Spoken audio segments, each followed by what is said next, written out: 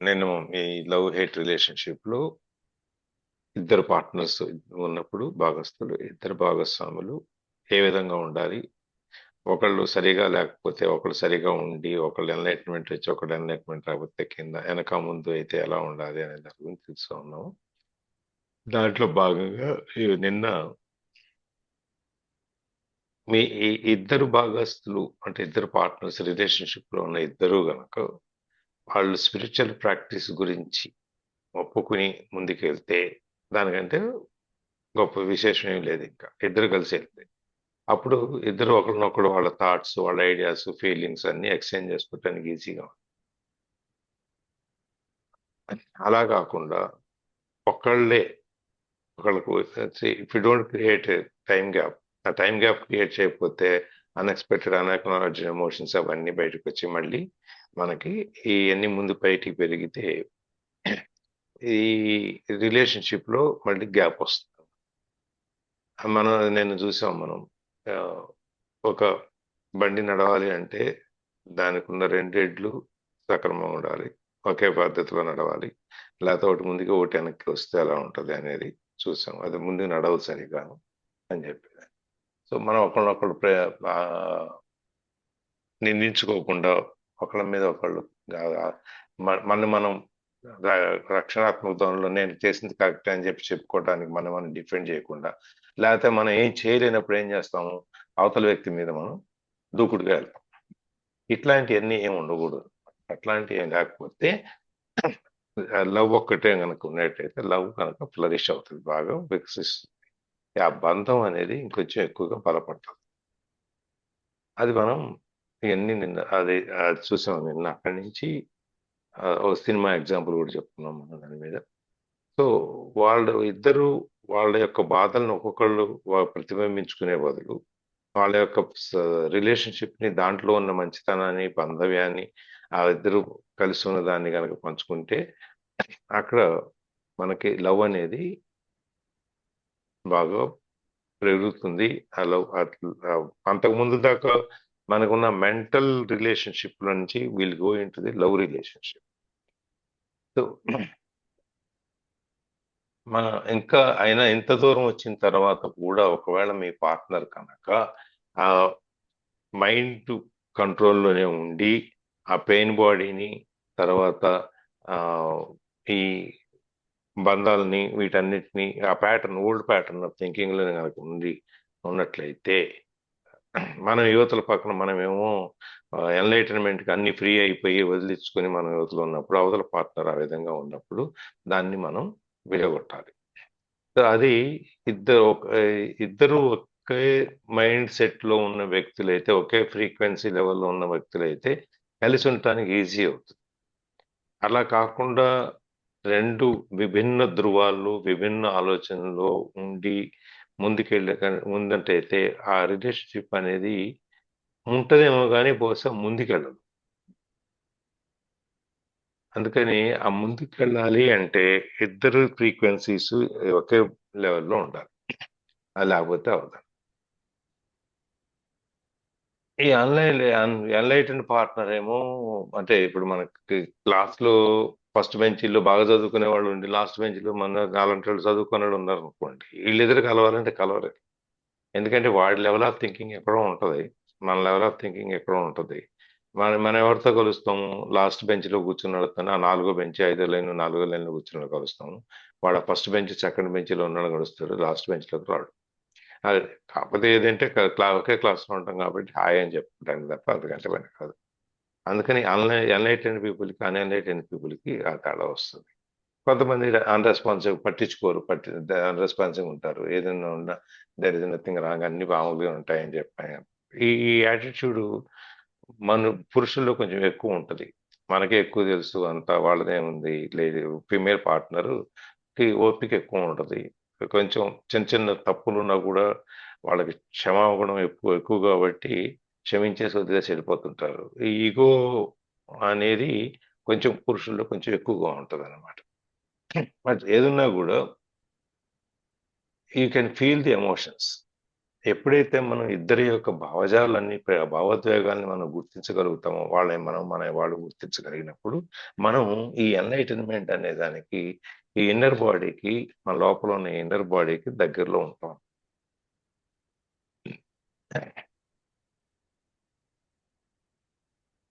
మనం అలా కాకుండా ప్రతిదీ అంటే ఐ హెడెడ్నెస్ అంటాం కదా, అది కనుక ఉంటే దాని మనం మనకి ఆ ఇన్నర్ బాడీకి ఉన్న డిస్టెన్స్ ఎక్కువ పెరుగుతూ ఉంటుంది. సో మనం ఏం చేయాలి లాస్ట్లో, you need to bring consciousness in to the emotional body before you can reach the inner body. అందుకని ముందు మనం ఈ ఎరుకతో తెలివిగా ఈ కాన్షియస్ బాడీతో కనుకుంటే అక్కడి నుంచి మనం ఈ ఇన్నర్ బాడీకి వెళ్ళటానికి రూట్ చాలా తేలికవుతుంది అన్నమాట. అంతవరకు నిన్న మనం చూసాము. సో ఇవాళ మనం నెక్స్ట్ చూద్దాము. శ్రీమతి అరుణ కరణం గారు చదువుతారు ఇవాళ. కనిగిరి వాస్తవ్యులు. సార్ నిన్న ఒక మాట సార్, నిన్న సూర్య సినిమా చూసాను సార్, అల్లు అర్జున్ది. దానిలో సూర్య అల్లు అర్జున్ది సూర్య అతను మిలిటరీ బోర్డర్కి వెళ్ళాలి అంటాడు ఆ సినిమా. అయితే వాళ్ళ నాన్న సంతకం ఏదో పెట్టడానికి కొంచెం ఓర్పు సహనంతో ఉండమంటాడు సంతకం పెట్టడానికి. దానికి చాలా ప్రయత్నం చేస్తాడు. లాస్ట్ కి వాళ్ళ నాన్న సంతకం పెడతాను అని అందరికి పరిచయం చేయడానికి తీసుకుని వెళ్తే అందరూ ఉన్నారు నాకు, కానీ నాకు నేనే లేను అన్నాడు సార్. మన క్లాస్ లో మనం వింటున్నాం కదా, నాతోటే నేను లేను, నా క్యారెక్టర్ నేను మిస్ అయ్యాను, ఎంతమంది ఉండి ఏముండి నాకేం లాభం అంటాడు. నిన్న సాయంకాలం చూసాను సార్, అతను బార్డర్కి వెళ్ళడానికి ఫ్రీడమ్ ఫైటరు. ఎంత బాగుందో. అక్కడ ముందు చూసినప్పుడు సినిమా ఒక రకంగా అర్థమైంది, నిన్న చూస్తే నాకు చాలా అర్థమైంది సార్ సినిమా. అది అంటే అంతకుముందు మీరు సినిమాలో చూశారు, నిన్న చూసినప్పుడు ఆ వెనక్కి వెళ్ళారు. రచయిత యొక్క ఉద్దేశాలు, అక్కడ ఎక్స్ప్రెషన్ ఏంటి అనేది కొంచెం జాగ్రత్త లోపలికి వెళ్ళారు. అవును సార్. అందువల్ల మీకు ఆ డిఫరెన్స్ కనపడింది. ముందు చూసినప్పుడు అల్లు అర్జున్ ఫైటింగ్, తండ్రి మాట వినకపోవటం, లేకపోతే ఆ లవ్ అఫైర్ బ్రేక్ అవటం, మళ్ళీ ఇంకో లవ్ అఫైర్కి వెళ్ళటం, ఇవే కనపడేది మీకు ఫస్ట్ లో చూసిన. దాని తర్వాత ఇప్పుడు చూసినప్పుడు ఏంటంటే we are with more informed and matured mind అని. ఆ సంతకము అతనికి ఎంత ఇంపార్టెంట్, దాన్ని ఎంత ప్యాషన్ ఉంది, సోల్జర్ గా వెళ్ళటానికి, బార్డర్ కి వెళ్ళటానికి, దానికోసం ఎంత కష్టపడుతున్నాడు అనుకున్నా ఇంతకు ముందు. ఇప్పుడేమో నాకు నేనే లేనప్పుడు ఎన్నుండి ఏం ఉపయోగము అని అన్నాడు చూడండి. అది నాకు నచ్చింది అనమాట. అది మనల్ని మనం రిలేషన్షిప్ అనేది ఎంత ఇంపార్టెంట్ అనేది అక్కడ తెలుసు. అంతే కదా. అంతే సార్. సార్ ఇది చదివేనా సార్? చదవండి. ఇంకో మూవీ రాజా సాబ్ అని రీసెంట్ గా వచ్చింది, ప్రభాస్. అది చూసారా? చూస్తున్నాను ఇక్కడ. అయితే దాంట్లో లాస్ట్కి అంటే సినిమా స్టార్టింగ్ అంతా ఏదో కామెడీగా ఒక స్టోరీ క్రియేట్ చేయడానికి సీన్స్ అట్లా పెట్టారు, కానీ లాస్ట్కి ఏంటంటే మన మైండ్, మనకు కనిపించేది, మనం చేసేదంతా మన మైండ్ మనకి ఏం చూపిస్తుందో అది చేస్తున్నాం అన్నమాట. ఎప్పుడైతే మైండ్ని మన కంట్రోల్లో పెట్టుకుంటామో మనకు కావాల్సింది మనం చేస్తుంటాం అన్నమాట. అంటే మైండ్ మనకి భయం ఉందనుకోండి, మనకు మైండ్ భయం చూపిస్తుంది. మన మైండ్లో ఒకవేళ మనం భయపడుతున్నాము, ఇక్కడ అది ఉండొచ్చేమో అన్న ఒక అభిప్రాయానికి, ఒక ఇల్యూజన్లో ఉన్నాం అనుకోండి, ఒక భ్రమలో మనకు అదే కనిపిస్తుంది అన్నమాట ఎదురుగా. సో దాంట్లో లాస్ట్కి ఆత్మ ఆర్ మేబీ భయము, ఆ, బాధ అవన్నీ చూపిస్తా ఆయన మనసులో ఏమవుతుందో అని చూపిస్తూ ఉంటే అది బయట కూడా కనిపిస్తూ ఉంటుంది. బట్ ఎప్పుడైతే ఆయన మస్తు చాలా కాన్షియస్గా చాలా గట్టిగా అనుకుంటాడు, లేదు లేదు నేను ఇట్లా చెయ్యొద్దు అనేసి ఇట్లా అనుకొని ఆ, కొంచెం కొంచెం ఆ స్పేస్ ఇచ్చినట్టే, ఇప్పుడు ఎట్లయితే మనం స్పేస్ అనుకున్నామో మధ్య మధ్యలో కొన్ని క్షణాల మటుకే వస్తాయి అన్నట్టుగా ఆ స్పేస్ అనేది తనకు కనిపిస్తున్నప్పుడల్లా హీస్ ట్యాక్లింగ్, అంటే ఆయన ఎదురు పడుతున్నాడు అనమాట, ఎదురుగా ఉన్న భయాలతోని ఎదురుపడి తను ఓడిస్తున్నాడు అనమాట. సో అది లాస్ట్ వరకు ప్లస్ అసలు ఎక్కువ అది అంటే హిట్ ఏం కాలేదు మూవీ. అర్థం కాదు సార్ ఇది. ఇతను మనస్సుని ఆధీనం చేసుకోవాలని చూస్తుంటాడు. ఇతను మాత్రం ఒకే దృఢ సంకల్పంతో నేను డైవర్ట్ అవ్వకూడదు, నేను ఏంది కావాలనుకున్నాను నేను అదే అని ప్రభాస్ అనుకుంటా ఉంటారు. అలా జరుగుతుంది. ఒకసారి చూస్తే నాకు అర్థం కాలేదు అది. అదే మన మైండ్ కంట్రోల్లోకి వెళ్లకుండా మైండ్ మన కంట్రోల్లో ఉంచుకుంటాం. అలాగా. అది ఎప్పుడు లాస్ట్ లో మైండ్ నార్మల్ మైండ్ మన దాని చూపెట్టిండ్రు కంట్రోల్లో అంతే. ఉంచుకుంటారంటే మనకి భయము, ఆదురత, ఈ టెన్షన్లు, ఒత్తిళ్లు అవన్నీ క్రియేట్ చేస్తాం. అవన్నీ క్రియేట్ చేసినంత కాలం మనం దాని దీంట్లో దాని కంట్రోల్లో ఉంటాం. ఆ నియంత్రణ నుంచి బయటికి రావాలంటే ముందు మనం అవన్నీ మార్చుకోవాలి. అది ఈ బుక్లో మొదటి నుంచి చెప్పేది అదే. మైండ్ కంట్రోల్లో నుంచి బయటికి రావాలి అని. సో దాని ఎసెన్స్ అనేది మొత్తం లాస్ట్ ఒక హాఫ్ అన్ అవర్ లోనే కనిపిస్తుంది మూవీది. స్టార్టింగ్ అంతా జస్ట్ అలా గడిచిపోతూ ఉంటది కానీ బాగుంది. అంటే ఆ థింగ్ పట్టుకున్న వాళ్ళకి మూవీ అర్థమవుతుంది. అదే అదర్వైజ్ ఓకే ఓకే ఓకే. ఈ మనకు మీరు చూసిరా చదువుకోవటం మేడం అరుణ మేడం? చూసాను, ఇంటి దగ్గర టీవీలో చూసాను మా. ఈ బుక్స్ చదువుకోవటం వల్ల మనకు వచ్చిన అడ్వాంటేజ్ అదే.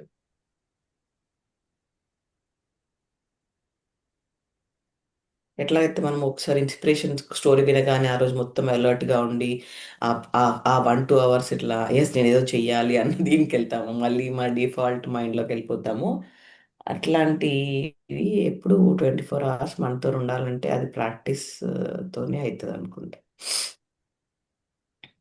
Sir Yeah. మీరు కూడా చూడండి తర్వాత, కొద్దిగా మాకు క్లియర్ గా చెప్పగలుగుతారు అందుకు. ఏది రాజా సాబ్ది చూడలే నేను, అంత ధైర్యం నేను ఇంకా చేయలే. ఎప్పుడన్నా ఫ్రీగా ఉన్నప్పుడు నాకైతే ఒకసారి చూస్తే ధైర్యం చేయలేదా? ఏది వీళ్ళు ఏది అనేది ఏం అర్థం కాలేదు నాకు ఒకసారి చూస్తే. అందుకని మళ్ళీ 1-2 సార్లు చూస్తే, నేను ఇంకోసారి చూడడానికి కూడా నేను ప్రయత్నం చేయను, ఎందుకంటే కొంచెం ఎక్కువ లాక్కెళ్ళిపోతుంది మన ఆలోచన. ఒకసారి చూడండి, మీరు చూస్తే కొంచెం మీరు మాకు చెప్పగలరు. ఒకసారి ధైర్యం చేసి చూడండి సార్, పర్వాలేదు, ఏం కాదు. చూద్దాం. If there is not an emotion of love and joy, complete presence and Openness. openness toward all beings, then it is not enlightenment. Another indicator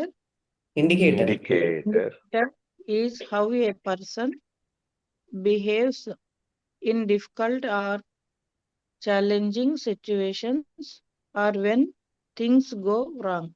If your enlightenment is egoic self delusion, then life will soon give you a challenge that will bring out your unconsciousness. It whatever front, as fear, anger, defensiveness, judgment, depression, and so on. If you are in a relationship, many of your challenges will come through your partner. For example, a woman may be challenged by an unresponsive male partner who lives almost entirely in his head. She will be challenged by his inability to hear her, to give her attention and space to be, which is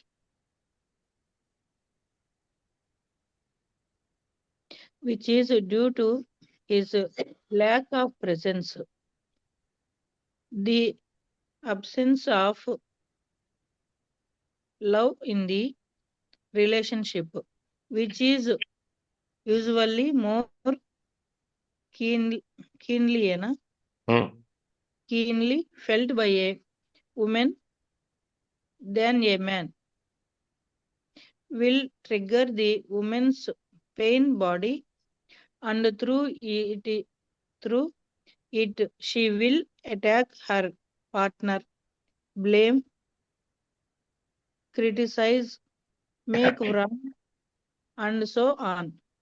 This in turn now becomes his challenge to defend himself against her pain body's attack, which he sees as totally unwarranted.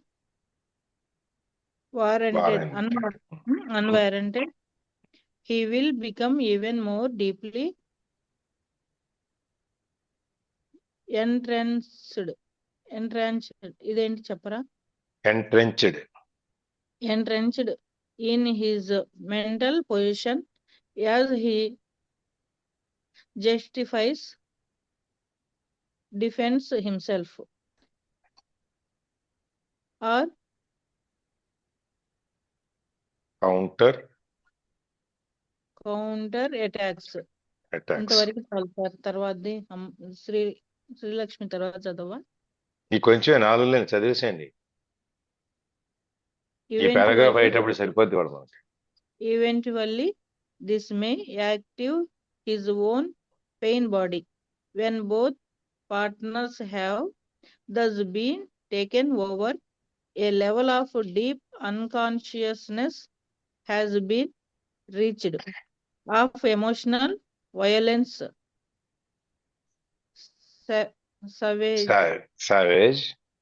Savage attack and ఇదేంటి sir? Counter attack. Counter attack. It will not subside until both pain bodies have replenished themselves and the entire dormant stage. stage until the next time. అమ్మయ్య, 10th అమ్మయ్య. ఎగ్జామ్కి వెళ్ళినట్టు ఉంది sir.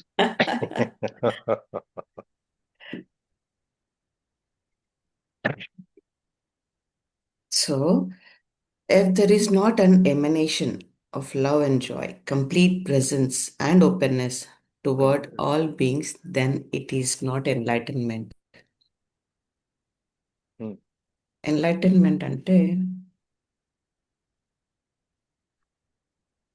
మనకు జ్ఞానోదయం రావడం. దానికి ఉదాహరణ ఏంటి అంటే, ఎట్లా చెప్పొచ్చు జ్ఞానోదయం వచ్చిన వాళ్ళు ఎలా ఉంటారు అంటే, ఒక పువ్వుకి సహజత్వం ఏంటి?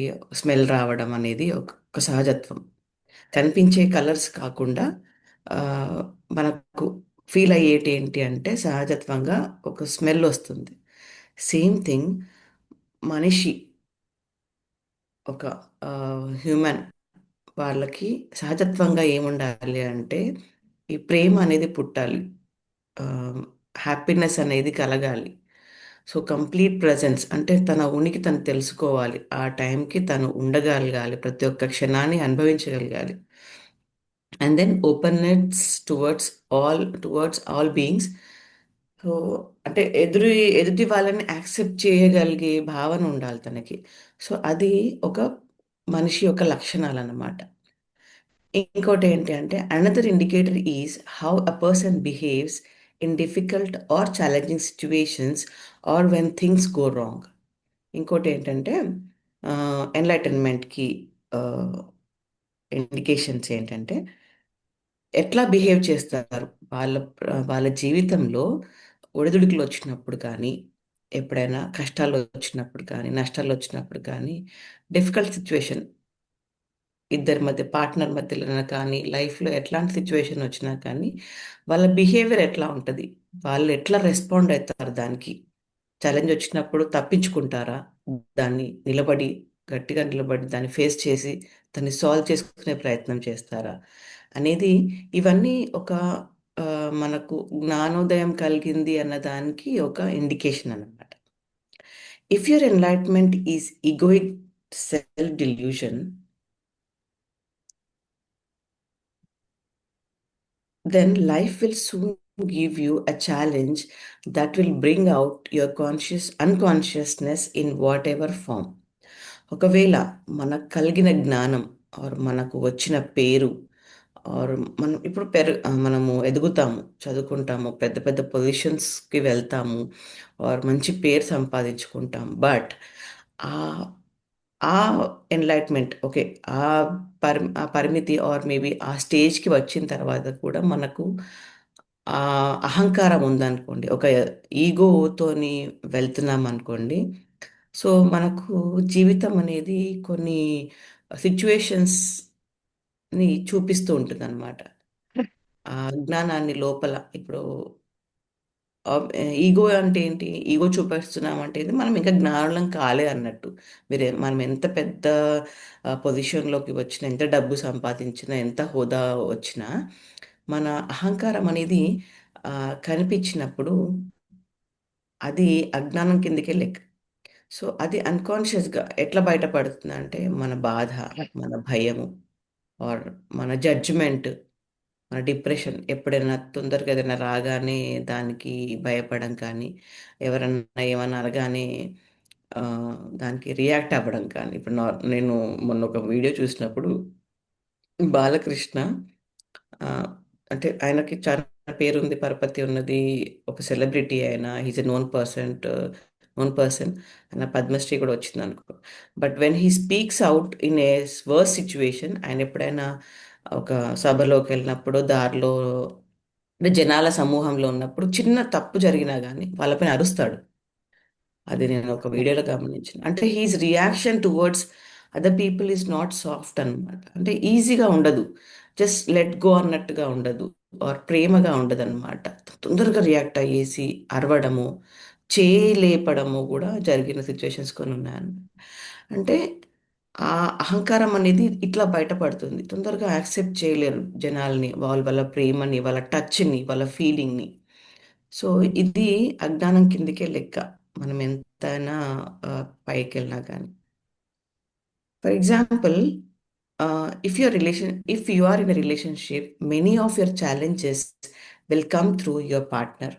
ఒకవేళ అదే పర్సన్ ఎట్లా ఉన్నా సరే, ఒకవేళ మీరు మీ ఒకవేళ మీరు రిలేషన్‌షిప్‌లో ఉన్నా సరే, ఒక పార్ట్నర్‌తో ఛాలెంజెస్ ఫేస్ చేస్తారు. ఎప్పుడు ఈ అహంకారంతో కూడుకున్న ఈ అన్‌కాన్షియస్‌తో ఉన్నప్పుడు మీకు, ఇదే థింగ్ మీకు పార్ట్నర్‌తో ఉన్నప్పుడు కొన్ని ఛాలెంజెస్ ఫేస్ చేస్తూ ఉంటారు.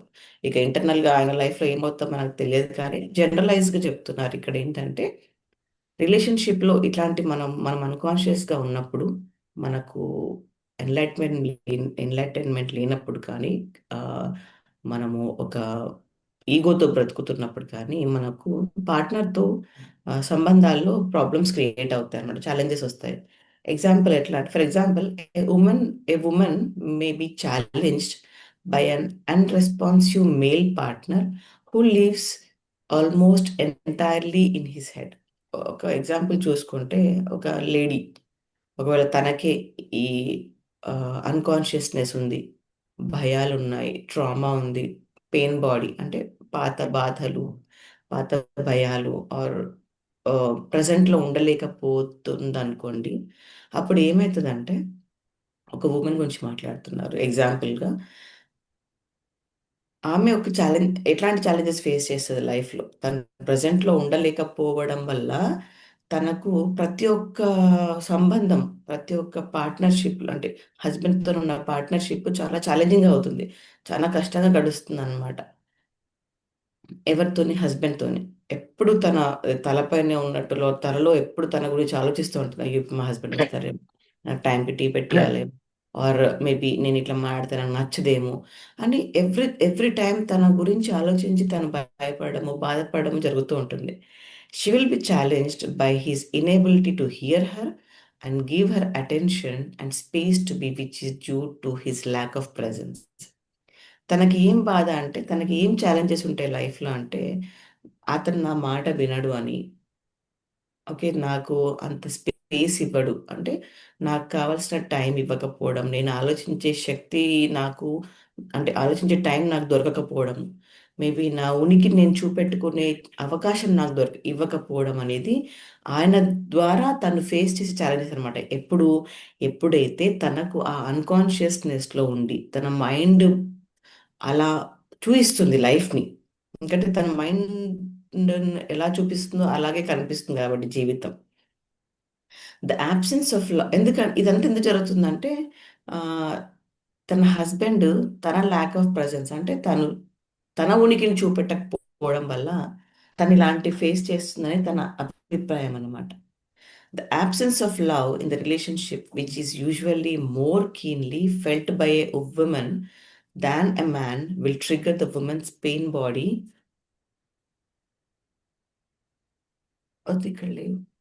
Okay. Pain body, and through it, she will attack her partner, blame, criticize, make wrong, and so on.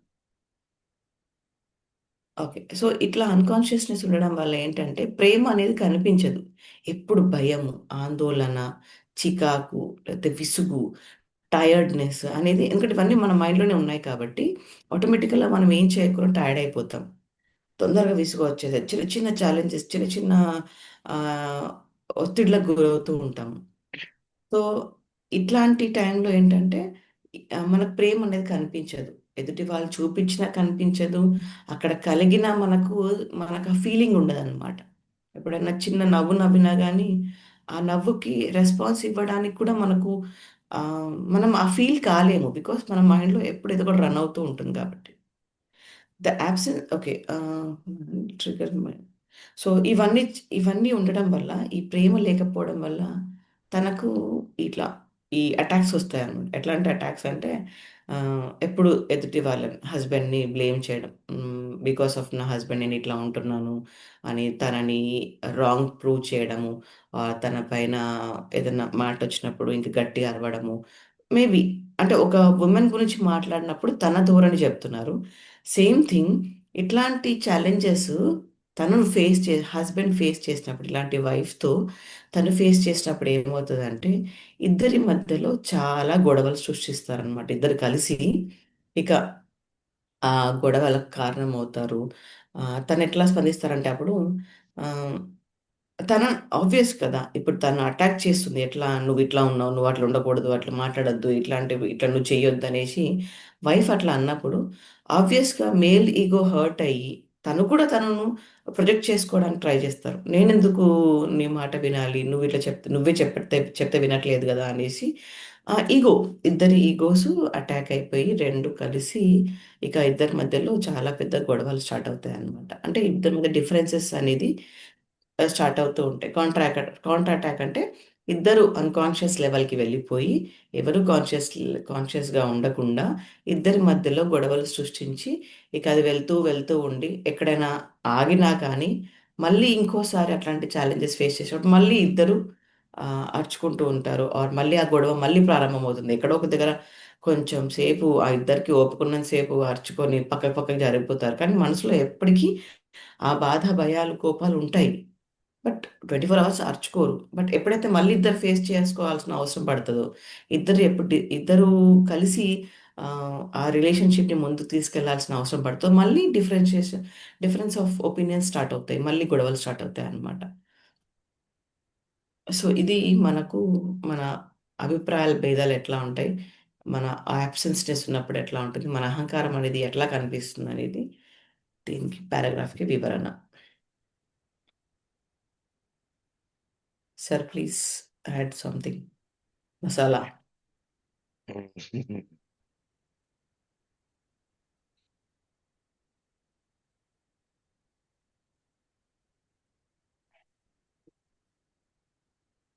ఈ రిలేషన్‌షిప్‌లో అసలు ఎన్‌లైటన్‌మెంట్ అంటే ఏంటనేది మనం చూస్తా ఉన్నాం. జ్ఞానోదయం అవ్వటం. ఇద్దరం వ్యక్తులు వాళ్ళ యొక్క ఓల్డ్ ప్యాటర్న్స్ మర్చిపోయి కొత్తగా జీవితాన్ని లేకపోతే కొత్తగా ఆలోచన విధానాన్ని మొదలుపెట్టి వెళ్ళటం అనే దాని గురించి వచ్చినప్పుడు అసలు ఎన్‌లైటన్‌మెంట్ అంటే ఏంటంటే ఇద్దరి మధ్యలో ప్రేమ, ఆనందము, తర్వాత కంప్లీట్ ప్రెజెన్స్ అండ్ ఓపెన్‌నెస్. అందరి ప్ర జీవుల మీద ప్రేమ, అభిమానం చూపించుకోవటం, ఓపెన్‌నెస్ ఉండటం. తర్వాత వాళ్ళు ఎప్పుడూ ప్రేమ దీంట్లోనే ఉండి మెలకువగా ఉండటం. ఇవన్నీ గనక లేకపోతే అది జ్ఞానోదయం అయినట్టు కాదు అనేది ఒక ఇండికేషన్. జ్ఞానోదయం అయినట్లు తెలియాలి అంటే ఇవన్నీ ఉండాలి. ఇవన్నీ లేకపోతే జ్ఞానోదయం అవ్వలేదు. అదొకటి. రెండోదేంటి? ఒక కష్టతరమైనటువంటి పరిస్థితుల్లో, ఒక ఛాలెంజింగ్ సిట్యుయేషన్‌లో మనకి ఒక సవాలుగా ఉన్న ఒక పరిస్థితిలో లేదు మనం అనుకున్నది అనుకున్నట్టుగా జరగకుండా ఇంకో విధంగా జరిగితే ఎట్లా ఉంటుంది అనేటప్పుడు ఈ ఇట్లాంటి ఒక డిఫికల్ట్ సిచ్యుయేషన్ లో కానీ ఛాలెంజ్ సిచ్యుయేషన్ లో కానీ నువ్వు ఏ విధంగా రెస్పాండ్ అవుతున్నావు? నువ్వు కుదురుగా ఉండి కూల్గా తీసుకుని జాగ్రత్తగా దాన్ని హ్యాండిల్ చేస్తున్నావా, లేకపోతే నువ్వు నీ ఊళ్ళ ప్యాటర్న్లో లాగా అట్లాంటిది వచ్చినప్పుడు నాకెందుకు వచ్చింది నరకులు కేకలు దెబ్బలు బొబ్బట్లు ఇవన్నీ చేస్తున్నావా అనే దాని మీద ఇది రెండో ఇండికేషన్ అన్నమాట. ఇది మనం ఏమనుకుంటాం, ఎన్లైట్మెంట్ వచ్చింది నాకు అన్ని తెలుసు నేను అన్ని తెలుసుకున్నాను అని చెప్పి అనుకుంటాం. అంటే ఇట్లాంటిది ఉన్నప్పుడు if your enlightenment is egoic self delusion, నీకు నువ్వు నేను అన్నీ తెలుసు అనుకునే ఒక భ్రాంతిలో నువ్వు మునిగిపోయినప్పుడు దెన్ ఈ లైఫ్ వచ్చి జీవితము ప్రతిదానికి ఒక ఛాలెంజ్ లాగా ఇస్తుంటుంది అనమాట. ఏదో ఒక రూపంలో మనకి ప్రతిదీ కూడా మనం ఈ నెగిటివిటీ మైండ్ లో ఉన్నప్పుడు మనకి ప్రతిదీ కూడా అడ్డం లాగానే కనిపిస్తుంది. సో, మ- పక్కన గోడకు చెప్పులు ఇప్పినా కూడా మనకు అడ్డంలాగానే కనిపిస్తుంది. ఇక్కడేమో ఇప్పారు ఇక్కడ ఎందుకు ఇప్పారు అని మన ప్రతిదానికి ఒక ఇష్యూ చేస్తున్నాం. ప్రతిదీ ఒక సిచ్యుయేషన్ ని ప్రతిదీని మనం దాన్ని రెచ్చగొడుతూ ఉంటాం. సో అక్కడికి వచ్చేటప్పటికి ఏమవుద్ది, ఈ అన్కాన్షియస్నెస్ లోకి వెళ్ళి అక్కడి నుంచి లైఫ్ ఆటోమేటిక్ ఈ ఛాలెంజెస్ వచ్చేటప్పటికి అన్కాన్షియస్నెస్ లోకి వెళ్ళిపోయి ఏమైనా భయం కోపం తర్వాత మనం డిఫెన్సివ్ గా మాట్లాడుకోవటం జడ్జిమెంట్ చేయటం డిప్రెషన్ ఇవన్నీ రకరకాలుగా వెళ్ళిపోతాయి. ఇది రిలేషన్షిప్ లో కనుక ఉన్నప్పుడు నీ పార్ట్నర్ నీ ఛాలెంజెస్ అనేది నీ పార్ట్నర్తో ఎక్కువ ఉంటుంది. సపోజ్ ఒక స్త్రీ కనుక ఎన్లైటన్మెంట్ లో ఉండి ఈ భర్త నుంచి ఇటువంటి సిచ్యుయేషన్ ఛాలెంజెస్, ఎందుకంటే భర్తకి కొంచెం అనుకున్నాం కదా మనం పురుషాహంకారంలో ఉన్నప్పుడు ఏమవుతుందంటే నేను చెప్పిందే రైటు అని చెప్పి ఇవన్నీ ఆ హెడ్ లోకి వెళ్ళిపోతాయి అనమాట. దీంట్లో మనకి హై హెడెడ్నెస్ లో హెడెడ్నెస్ లెవెల్ హెడెడ్నెస్ 3 రకాలు ఉంటాయి. హై హెడెడ్నెస్ అంటే పొగరు మొత్తం, లో హెడెడ్నెస్ అంటే సబ్మిసివ్నెస్, ఈక్వల్ లెవెల్ హెడెడ్నెస్ అంటే మనం సమానంగా ఉంటాం. ఈ 3 స్టేజెస్లు ఉంటాయి మనకు దీంట్లో. ఇవి ఉన్నప్పుడు ఏమవుద్ది, హై హెడెడ్నెస్ లో ఉన్నప్పుడు అహంకారం అనేది బాగా ఎక్కువైపోతున్నాడు, పొగరమవుతున్నాం. అప్పుడు ఏం చేస్తాడు, నాకే అన్ని తెలుసు అనుకుని అన్ని బిహేవ్ చేసేటప్పుడు ఈ స్త్రీ పార్ట్నర్కి ఈ ఉమెన్ కి ఇది ఒక పెద్ద ఛాలెంజ్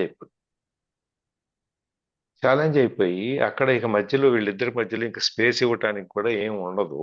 దెన్ ఏమి చెప్పేది ఏమి వినిపించుకోడు. మనకి దీంట్లో కనుక మనం చూడాలంటే 3 జంటల్ని మనం ఎగ్జాంపుల్ గా చూడొచ్చు. మనకి రామాయణంలో మూడు రకాల జంటలు మనకు కనిపిస్తాయి. ఒకటి వాలి తార,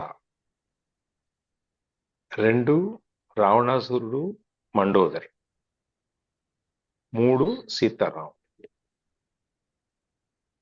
ఈ ఈగోయిస్టిక్ దాంట్లోకి వెళ్ళేటప్పుడు చూస్తే మనం గనక పురుషాహంకారానికి ప్రతిబింబం అనేది వాలి.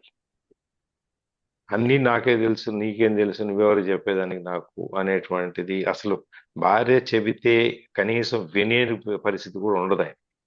అది మన సుగ్రీవుడు మళ్ళీ రెండోసారి ఓడిపోయి మొదటిసారి ఓడిపోయి దెబ్బలు తిని వెళ్ళిపోయి మళ్ళీ రెండోసారి వచ్చినప్పుడు మనకు తెలుస్తుంది. ఎందుకంటే వాళ్ళ సుగ్రీవులు ఇద్దరు కవలు, ఇద్దరు ఒకే మాదిరిగా ఉంటారు. ఇద్దరు ఒకే మాదిరిగా ఉన్నప్పుడు రాములు వారు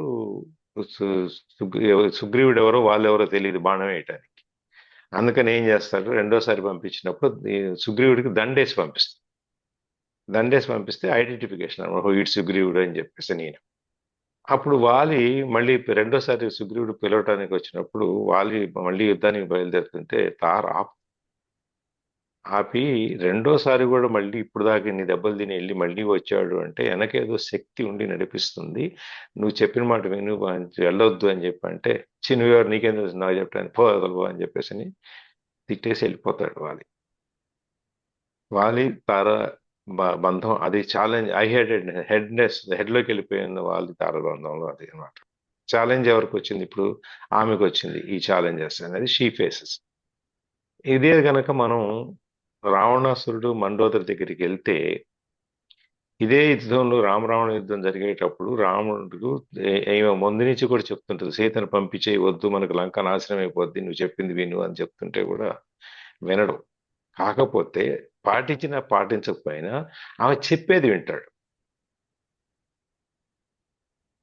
పాటిస్తాడు పాటించడం అది వేరే విషయం, కానీ అట్లీస్ట్ చెప్పేది వింటాడు. ఆమె ఏం చెప్తుంది అనేది సరే అనేసి వెళ్ళిపోతాడు, ఆయన చేయడు, అది వేరే విషయం. సీతారాముల దగ్గరికి వచ్చేటప్పటికి అది ఇద్దరు ఒకరినొకరు చెప్పుకుంటారు, ఒకరినొకరు మాట్లాడుకుంటారు. ఆయన చెప్పింది ఈయన వింటాడు, ఈయన చెప్పింది ఆమె వింటారు, అది ఆ విధంగా నడుస్తుంది. ఈ హై హెడెడ్నెస్ లోకి వచ్చేటప్పటికి వాలిటువంటి మనస్తత్వం ఉన్న వ్యక్తి ఉన్నప్పుడు ఆ స్త్రీకి ఈ ఛాలెంజ్ ఎక్కువైపోయి తెరవ ఏమవుద్ది, తను కూడా ఈ అన్కాన్షియస్నెస్ స్టేజ్లోకి వెళ్ళిపోతుంది. వెళ్ళిపోయి తను కూడా నిందించడం, ఆ పెయిన్ బాడీ ఇవన్నీ అప్పుడు దాకా ఉన్న ఎన్లైటన్మెంట్ కూడా వెళ్ళిపోద్ది అనమాట. ఎన్లైటన్మెంట్ కవర్ అయిపోద్ది, దీని మీద కప్పుకుపోతుంది. ఈ కోపం, వినలేదనేటువంటి ఉక్రోషం, ఆక్రోశం, తర్వాత ఇవన్నీ బయటకు అప్పుడు వెంటనే నిందించడం మొదలు పెట్టడం, విమర్శించడం, తిట్టడం, ఇవన్నీ మొదలైపోతాయి ఆమెకు కూడా. ఆ పార్ట్నర్కు ఉన్నాయి, ఈమెకు కూడా వస్తుంది. ఎప్పుడైతే ఈమె ఈ స్టేజ్లోకి వెళ్తుందో అప్పుడు అప్పుడు దాకా స్త్రీకి ఉన్న ఛాలెంజ్ ఇప్పుడు ఈయనకి ఛాలెంజ్ అయిపోద్ది. ఇప్పుడు అదే వాళ్ళు చెప్పినప్పుడు వినకపోతే తార గట్టిగా అరిచి పోట్లాడి కసకసాన్ని చెకా చేసింది అనుకోండి, అప్పుడు వాళ్ళకి ఇది ఛాలెంజ్ అయిపోద్ది, ఇది ఎట్లా కంట్రోల్ చేయాలి అని చెప్పేసి. అప్పుడు ఇద్దరు చివరికి ఏమవుద్దంటే వాళ్ళు ఈ ఇద్దరు ఈ స్థితిలో ఉన్నప్పుడు, ఇద్దరు ఒకరినొకరు ఛాలెంజ్ స్టేజ్లోకి వెళ్ళినప్పుడు ఒకరినొకరు తిట్టుకోవటం, ఒకరినొకరు కొట్టుకోవటం, ఎమోషనల్ బ్లాక్మెయిల్ చేయడం, ఇంకా రకరకాలవన్నీ జరుగుతాయి. ఈ జలసీ, జస్టిఫికేషన్, నేనే కరెక్ట్, నువ్వు కరెక్ట్, ఒకళ్ళ మీద ఒకళ్ళు, ఇవన్నీ జరుగుతాయి. దాన్ని ఎప్పుడైతే ఇది వస్తుందో అతని పెయిన్ బాడీ కూడా యాక్టివేట్ అవుతుంది. ఇప్పుడు దాకా నేనే చెప్పింది వేదం అనుకున్నదల్లా ఆయన పెయిన్ బాడీ కూడా యాక్టివేట్ అవుతుంది. ఇద్దరికి పెయిన్ బాడీ యాక్టివేట్ అయ్యి ఇద్దరు కొట్టుకుని చివరికి ఆ ఎమోషనల్ వైలెన్స్ అయిపోయిన తర్వాత మళ్ళీ ఇద్దరు కొద్దిసేపటికి చల్లబడతారు. ఆ పెయిన్ బాడీస్ రెండు చల్లబడి ఆ మళ్ళీ ఎప్పుడు దాకా చల్లబడతారు వీళ్ళిద్దరూ, మళ్ళీ ఓపిక వచ్చేంత వరకు. ఇద్దరు అరుచుకుని ఓపిక అయిపోద్ది కదా, చీను వింతే నువ్వు మారు అని చెప్పి, చీను వింతే ఇంట్లో ఉంటుంది అంటగానే బయటికి పోతున్నా అని చెప్పి ఇద్దరు వెళ్ళిపోతారు. వెళ్ళిపోయిన తర్వాత మళ్ళీ కాసేపటికి 1 గంట 2 గంటలు సాయంత్రానికి మళ్ళీ ఇంటికి రాక తప్పదు ఈయనకి, భరించక తప్పదు ఆమెకి. ఇద్దరు మళ్ళీ ఆ ఓపిక వచ్చేంత వరకు సైలెంట్గా అయిపోతారు. మళ్ళీ ఓపిక వచ్చిన తర్వాత మళ్ళీ మొదలెట్టొచ్చు. అంటిల్ ది నెక్స్ట్ టైం ఇది ఎప్పుడు దాకా సైలెంట్గా ఉంటుంది అంటే మళ్ళీ ఇంకోసారి మళ్ళీ గొడవ వచ్చేంత వరకు వీళ్ళు సైలెంట్గా ఉంటారు అన్నమాట. అందుకని ఎప్పుడైనా సరే ఎన్లైటన్మెంట్ అనేది ఒక ప్రేమమయమైన ఆనందకరమైనటువంటి ఒక వాతావరణంలోనే ఉన్నప్పుడే ఈ ఎన్లైటన్మెంట్ ప్రేమ అనేది ఉన్నప్పుడే జరుగుతుంది. కానీ ఇద్దరు గనక ఆ స్టేజెస్ దాటిపోతే అది ప్రేమ అనేది, ఎన్లైటన్మెంట్ అనేది ఉండదు అన్నమాట. అది మేడం నవ్వుతున్నారు, చెప్పండి ఏమన్నా. ఎవరు కరణం నేనే కరణం గారా? చేసింది నేనే సార్, బుక్ అయింది కూడా నేనే, ఆ? వీడియో ఆన్ చేసింది నేనే, నవ్వింది నేనే, బుక్ అయింది నేనే సార్. ఎందుకు నవ్వారు ఇంతకి? ఎందుకు నవ్వుతున్నామంటే ఇప్పుడు పెళ్లి అనేది, వివాహ బంధం అనేది ఒక ఆడ మగకి సంబంధించినది. వాళ్ళకైనా, చేసుకున్న వాళ్ళల్లో ఒకళ్ళకైనా అవగాహన ఉండాలి, లేదా ఎవరైనా చెప్పైనా ఉండాలి. ఇప్పుడు జీవితాంతం నడిచేది తెగని బంధము, మంగళసూత్రం ద్వారా కట్టబడిన బంధము, భార్యాభర్తల బంధము.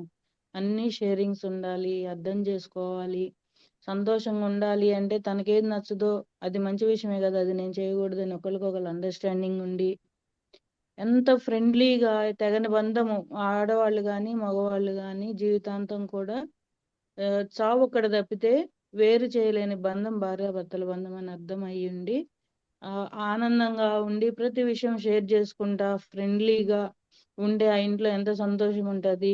కాదు నా ఇష్టం నేను ఇంతే చేస్తానంటే నువ్వు ఇటు చేస్తావా, నాకు నచ్చదంటే నీకు నచ్చేది నేను చేయనని ఇలా వాదులు ఆడుకుంటా ఉంటే ఆ కుటుంబంలో ఉండే బాధ ఇదంతా ప్రశాంతత కోల్పోతా ఉంటారు. ఇలాంటివన్నీ చూస్తా ఉంటే, ఇవన్నీ అర్థమవుతా ఉంటే నాకు నవ్వొచ్చింది ప్రవీణ గారు. అందుకే కదా గృహమే కదా స్వర్గసీమ అని పాడుకునేది. ఉమ్. ప్రశాంతంగా ఉంటే ఎట్లా ఉంటది? ఒకరొకళ్ళు షేరింగ్స్ ఉండి, ఒకళ్ళనొకళ్ళు అర్థం చేసుకొని ఉంటే, భార్యాభర్తల బంధం కంటే ఏది గొప్పది కాదు అని గనక మనకు అర్థమైతే గొడవలనేది కూడా ఉండవు.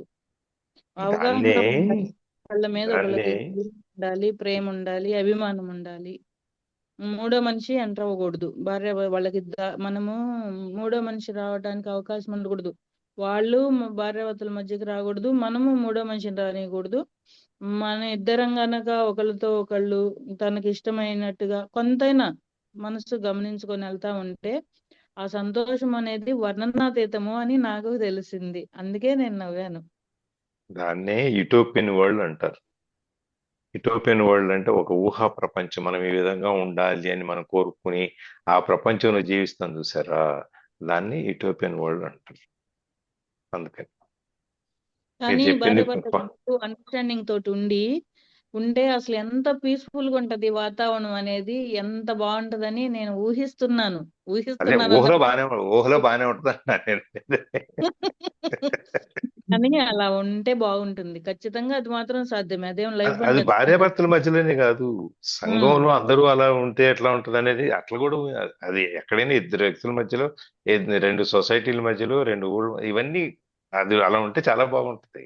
సార్ కరెక్టే. ఇప్పుడు నేను నా మాట నా పద్ధతి నచ్చకపోతే ప్రవీణ మాట్లాడకుండా ఉండటానికి కూడా కుదురుతుంది. కానీ భార్యాభర్తలు అనేది ఖచ్చితంగా ప్రయాణం చేయాలి. అదేదో మంచిగా ప్రయాణం చేశామనుకోండి, వారి చెంత సంతోషం ఉంటది. లేదు అనుకోండి, రోజు యుద్ధాలే, మనశ్శాంతే ఉండదు. ఏమున్నాయి, కాకపోతే 4 పాతలు చొట్టలో పడతాయి అంతకంటే. మనసు బాధపడిద్ది సార్, పడిన సొట్టలు కాదు అది సార్. కనపడదుగా, చొట్టలు కనపడతాయి, అది మనసు కనపడదుగా. అవును సార్, అవును.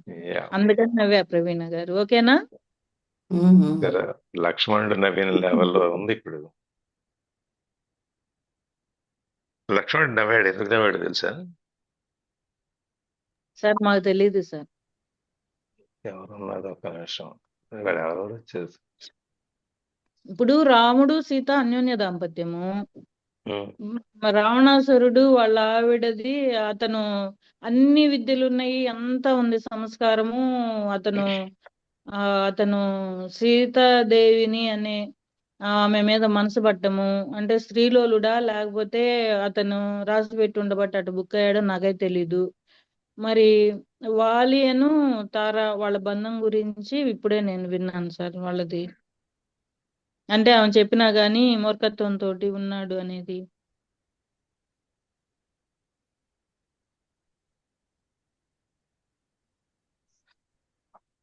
ఎవరున్నారు? రామాయణం అంతా అయిపోయి పట్టాభిషేకం అయిపోయిన తర్వాత సభ జరుగుతూ ఉంటుంది, పట్టాభిషేకం. అప్పుడు లక్ష్మణుడు చిన్న నవ్వు నవ్వుతాడు, ఇప్పుడు మీరు నవ్వినట్టే. లక్ష్మణుడు ఎందుకు నవ్వాడు అనేది ఎవరికీ తెలియదు. సీతాదేవి అనుకుంటుంది, "ఆ, నేను లంకలో సంవత్సరం పాటు ఉండి వచ్చాను కదా, అందుకని చెప్పి నవ్వాడా" అని ఆమె అనుకుంటాడు. రాములు వారు అనుకుంటాడు అదే ఇంకో విధంగా, ఎక్కడో సంవత్సరం పాటు ఉన్నామని తీసుకొచ్చి నేను మళ్ళీ పట్టాభిషేకం చేస్తాను ఏలుకుంటున్నాను ఇన్ని అని చెప్పి. రోజులు పెట్టాను కదా, అందుకని నవ్వాడా అనుకుంటాడు. ఎవరికి అని తోసిన సందర్భం వాళ్ళు తీసుకున్నారా? అట్లా ఒక్కొక్కళ్ళు ఒక్కొక్క రకంగా ఊహించుకుంటారు. చివరికి ఈ గోల వాళ్ళకి ఎందుకు వచ్చింది అని చెప్పి, ఇంతకీ ఎందుకు నవ్వేవయ్యా అని అడుగుతారు ఆయన. అయితే ఏమీ లేదు, 14 సంవత్సరాలు వనవాసంలో నేను ఎక్కడా నిద్రపోలేదు, ఇప్పుడు చిన్న ఆవులింత వచ్చింది, ఇన్నాళ్ళు బట్టి రాని ఆవులింత ఇప్పుడు వచ్చింది అని చెప్పి నవ్వానని చెప్పి ఏం చెబుతారు. నేననుకున్నా హనుమంతుల వారి తల తగిలింది, నాకు చకలీలు పుట్టి నవ్వాను అంటాడేమో అనుకున్నాను సార్. అందుకని ఒక్కొక్కరికి ఒక్కొక్క రకమైన భావం, ఒక్కొక్క రకమైన అర్థం ఉంటాయి. వాళ్ళ వాళ్ళ అనుభవాల నుంచి అర్థాలు మారుతుంటాయి అన్నమాట. ఒకే సిచ్యుయేషన్ ఒకటే అయినా కూడా వాళ్ళ అనుభవాల నుంచి అర్థాలు మారుతుంటాయి. ఊర్మిళాదేవి ఎస్. అప్పుడు లెగ్స్ ఉంటారు సార్. అప్పటి వరకు నిద్రపోయిన ఊర్మిళాదేవి గారు అప్పుడు లెగ్స్ ఉంటారు. అందుకని ఆయనకి ఆవలింత వచ్చింది. ఆమె లేచిందా లేవలేదా, ఈయన పడుకున్నాడా అనేది కాదు. ఆయన నవ్విన నవ్వుకి వీళ్ళందరూ ఎంతమంది ఏ విధంగా ఆలోచించుకున్నారు అనేది. అది కూడా కనపడి కనపడినట్లుగా నవ్వితేనే, గట్టిగా కాదు. వాళ్ళు దగ్గరగా చెప్పారు కాబట్టి వాళ్ళకి అర్థమవుతుంది. మన సినిమాలో చూస్తాం కాబట్టి మనకు అర్థం కాదు.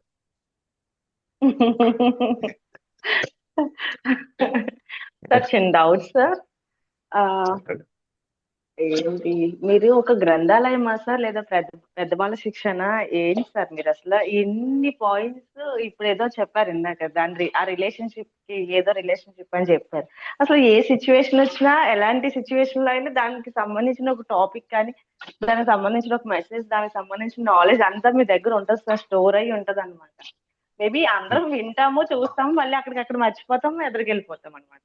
మీ దగ్గర అలా స్టోరేజ్ ఉంటది కదా సార్, సార్ లైబ్రరీ అయి ఉండొచ్చు. మనం అదేం చెప్పాలి, ఒక పర్టికులర్ బుక్ తో రాదనుకుంటా, ఎక్స్పీరియన్సెస్ వల్ల డిఫరెంట్ సార్ ఏమిటి అనేది మనం చెప్పాలా. నువ్వు సార్నే డౌట్ సార్ అని క్వశ్చన్ ఎత్తి ఎంత పెద్ద క్వశ్చన్ అడుగుతుందో అనుకున్నా నేను.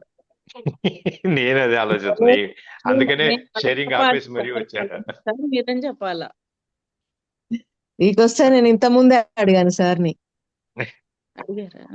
మళ్ళీ క్వశ్చన్ రిపీట్ అయింది sir. Lalitha, that is Koteswararao గారు. లలిత, దట్ ఈస్ సార్ అంటే సార్. మీరే మాట్లాడలేదు అనుకున్నా నేను ఇప్పుడు. లలిత, ఇది నేను చాలా సార్లు చెప్పున్నాను సార్ కి. రికార్డింగ్ ఆపారా? ఆపేస్తున్నా.